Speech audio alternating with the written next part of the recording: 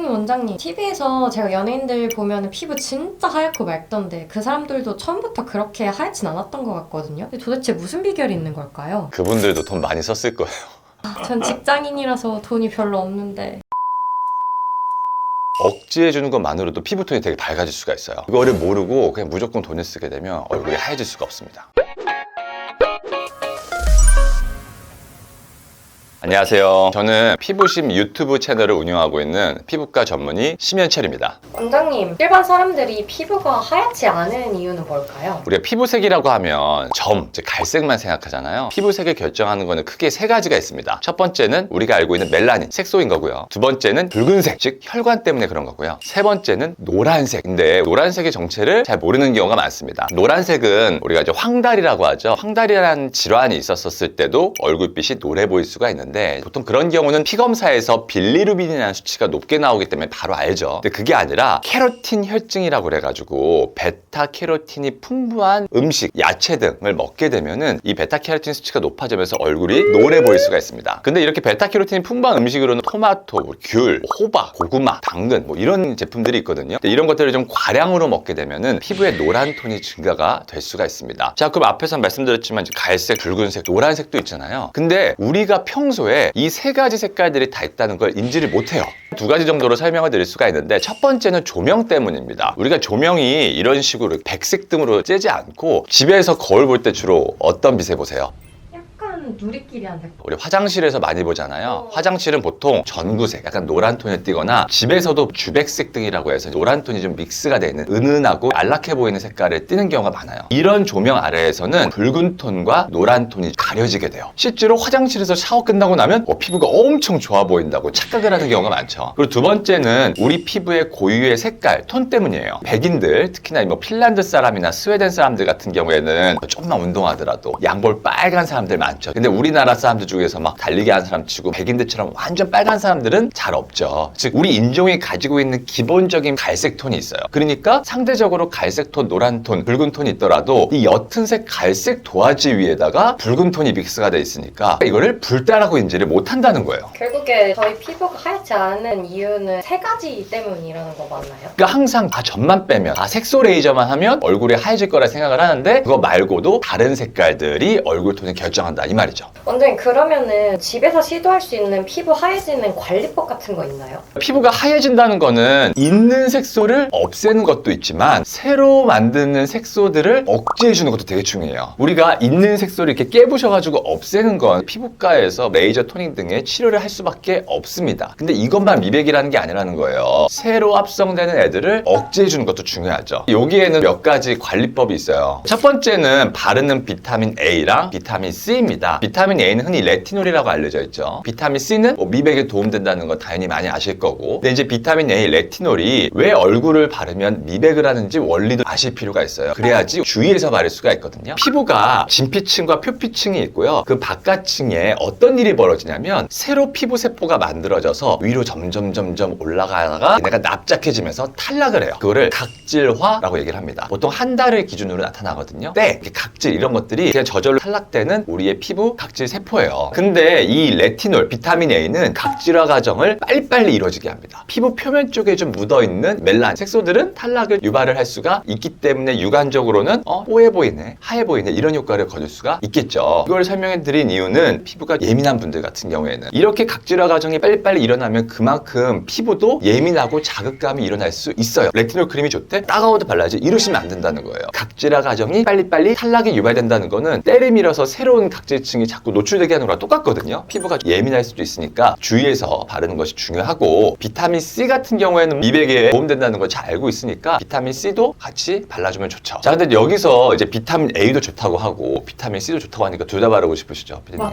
그렇죠. 두 개를 한꺼번에 바르는 것도 좋기는 한데 피부에 문제가 되는 분들이 있으세요. 왜 문제가 되냐면 비타민 A도 자극감이 있고 비타민 C도 자극감이 있어요. 자극감이 있는 걸 둘 다 발랐는데 피부가 예민한 사람이다. 나 이거 도움된다고 그랬는데 왜 점점 피부가 왜 속건조함이 생기고 이렇게 예민해지지? 이럴 수도 있다는 거예요. 그래서 저는 비타민 C랑 A를 둘 다 바를 경우에는 비타민 C는 아침에, 비타민 A는 밤에 바르라고 설명을 합니다. 두 번째는 선크림이에요. 선크림은 잘 발라야 하는 거 아시죠? 근데 제가 진료를 보다 보면은 이걸 제대로 바르는 분들이 정말 없어요. 선크림은요, 자주 바르되 빠진 곳이 없게 발라야 됩니다. 근데 그게 마음처럼 잘 되지 않아요. 선크림 회사에서 얘기하는 SPF 수치는 500원짜리 동전 정도에 되는 양을 얼굴에 바르는 건데, 그러면은 막 얼굴 하얗게 둥둥 떠다니죠. 그렇게 못 발라요. 여성분들이 평균적으로 바르는 양을 측정해보니 실제로 12시간이 지속된다고 하더라도 3, 4시간 정도밖에 지속이 못 될 정도로밖에 못 바르더라, 이겁니다. 그러니까 우리가 선크림은 기본적으로 지속시간이 길지 못해요. 근데 우리가 거기다가 얼굴에 수만 개의 피지구멍에다 땀구멍까지 있으니까 그건 내가 별일 안 하더라도 계속 얼굴에서 제거가 되죠. 그리고 또 하나가 꼼꼼히 안 바르는 경우가 많아요. 우리가 선블럭 발랐었을 때 이마, 그냥 뭐 양볼 튀어나온 부분만 바르시는 분들이 있는데, 사실 병원에 색소 침착 때문에 오시는 부위는 당연히 눈가 뭐 이런 데잖아요. 기미, 뭐 눈꺼풀 위 이런 데인데, 그런 곳까지 빠짐없이 바르는 경우를 제가 본 적이 없어요. 선크림을 발랐을 때는 돌출 부위만 바르는 게 아니라 눈가 주변, 눈꺼풀, 그리고 목까지 바르고 마무리는 손등까지 발라주는 게 중요하다는 겁니다. 세 번째로 글루타치온입니다. 얼굴색을 결정하는 건 멜라닌이죠. 근데 이 멜라닌은 티로신이라는 거에서 이렇게 만들어지거든요. 이 티로신이 유멜라닌이라는 것과 페오멜라닌이라는 두 가지로 만들어져요. 유멜라닌은 갈색 톤, 어두운 색깔의 멜라닌인 거고, 페오멜라닌은 약간 분홍색. 요즘에 뭐 웜톤, 쿨톤 이런 얘기 많이 하잖아요. 웜톤은 주로 유멜라닌에 해당이 되고, 쿨톤은 페오멜라닌에 해당이 되겠죠. 굳이 나눈다면. 근데 글루타치온 같은 경우에는 페오멜라닌 쪽으로 만들어지게끔 유도를 합니다. 그래서 얼굴톤이 더 밝아질 수가 있고요. 멜라닌은 산화 과정이 유발되게 되면 어두운 색깔로 바뀌게 돼요. 근데 글루타치온은 아주 강력한 항산화 물질이거든요. 산화된 애들을 다시 환원시키는 항산화 작용을 하기 때문에 이렇게 산화된 멜라닌을 다시 항산화시키니까 얼굴이 밝아질 수가 있겠죠. 미백의 이 글루타치온은 효과가 탁월할 수밖에 없습니다. 미백만 생각해가지고 이거는 뭐 미용적 목적의 건강식품인가 생각하실 수 있는데, 사실은 이 항산화 작용이 강력하게 되면 우리 몸에 있는 심혈관 질환이나 알츠하이머 예방 같은 데 도움을 되게 많이 줄 수가 있고요. 또한 우리가 중금속 해독이나 간의 해독 능력도 결국은 이 해독작용 때문에 이런 것들을 유발시킬 수 있고, 또 면역 반응도 우리가 어느 정도 충분히 일어날 수 있게 해주고, 또 대표적으로 우리가 요즘에 늙기 싫잖아요. 그러니까 항노화 작용에도 탁월하기 때문에 이런 글루타치온을 복용해주면 미백에 도움이 되면서 건강도 챙길 수 있겠죠.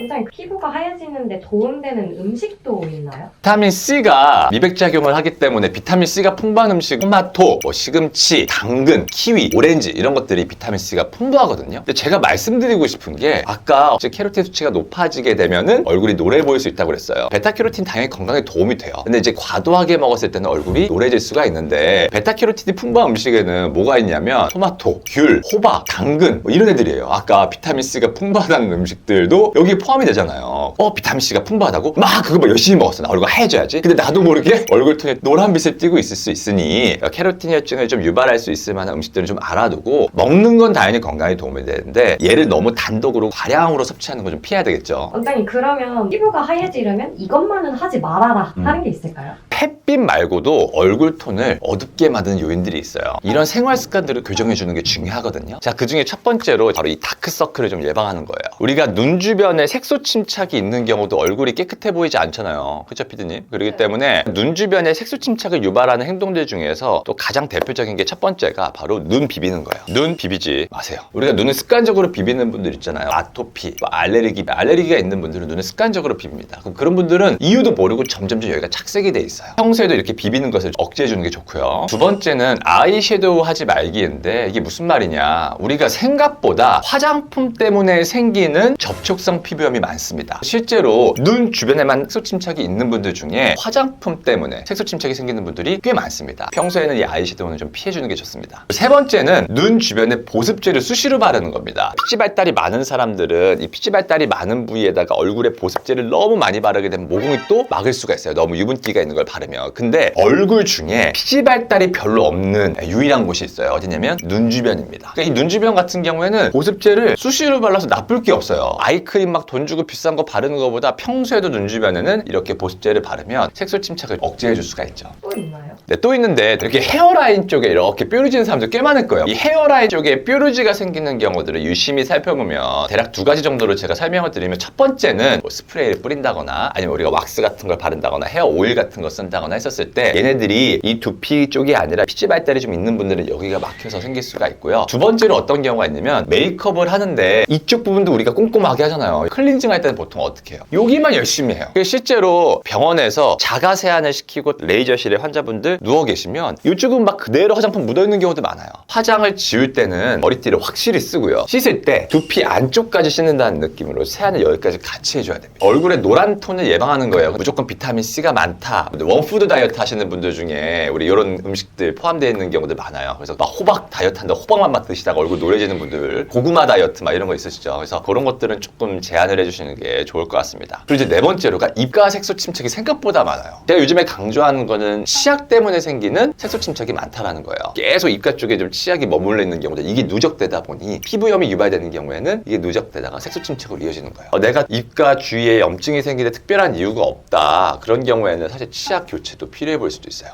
그리고 이제 마지막으로는 여드름이 생겼었을 때 우리가 짤 때 면봉으로 짜잖아요. 이렇게 수평으로 미는 경우가 많아요. 근데 우리가 뾰루지가 이렇게 올라 있습니다. 그럼 얘를 이렇게 짜요. 이렇게 짜면 어떻게 될까요? 이 살이 찢기면서 뚜껑 열리듯이 열려요. 벗겨지거나. 그러면 이 부분 면적만큼 색소 침착이 생기는 거예요. 우리가 짤 때 수평으로 밀어가지고 그 야들야들한 뚜껑에 있는 살을 이렇게 찢어버리지 말고 수직으로 누르는 습관을 들이라는 거예요. 이제 수직으로 눌렀었을 때 그냥 한 줌만 쭉 나르고 왜 안 나오지 이렇게 하지 말고 여기에 여드름이 있다고 쳐볼게요. 그럼 우리는 이 털구멍에 피지가 360도 방향으로 이렇게 발달이 돼 있거든요. 면봉을 가지고 누를 때 이렇게 누르고 이렇게 360도 방향으로 같이 눌러주는 거예요. 그렇게 되면 안쪽에 있는 애들이 잘 배기 될 수가 있겠죠. 피부가 하얘지기 위해서는 이러한 세 가지 색깔들을 잘 제압해주는 것도 중요하고, 있는 색소를 없애는 것 말고도 새로운 색소를 억제해주는 것도 미백에 큰 도움이 된다. 그리고 단순히 햇빛을 막는 것도 너무 당연히 중요하지만 그거 말고도 생활습관 교정을 해서 다른 요인 때문에 색소 침착이 되는 것을 막아줘야 된다. 이게 결론이겠습니다. 지금까지 피부심, 피부과 전문의 심연철이었습니다. 감사합니다.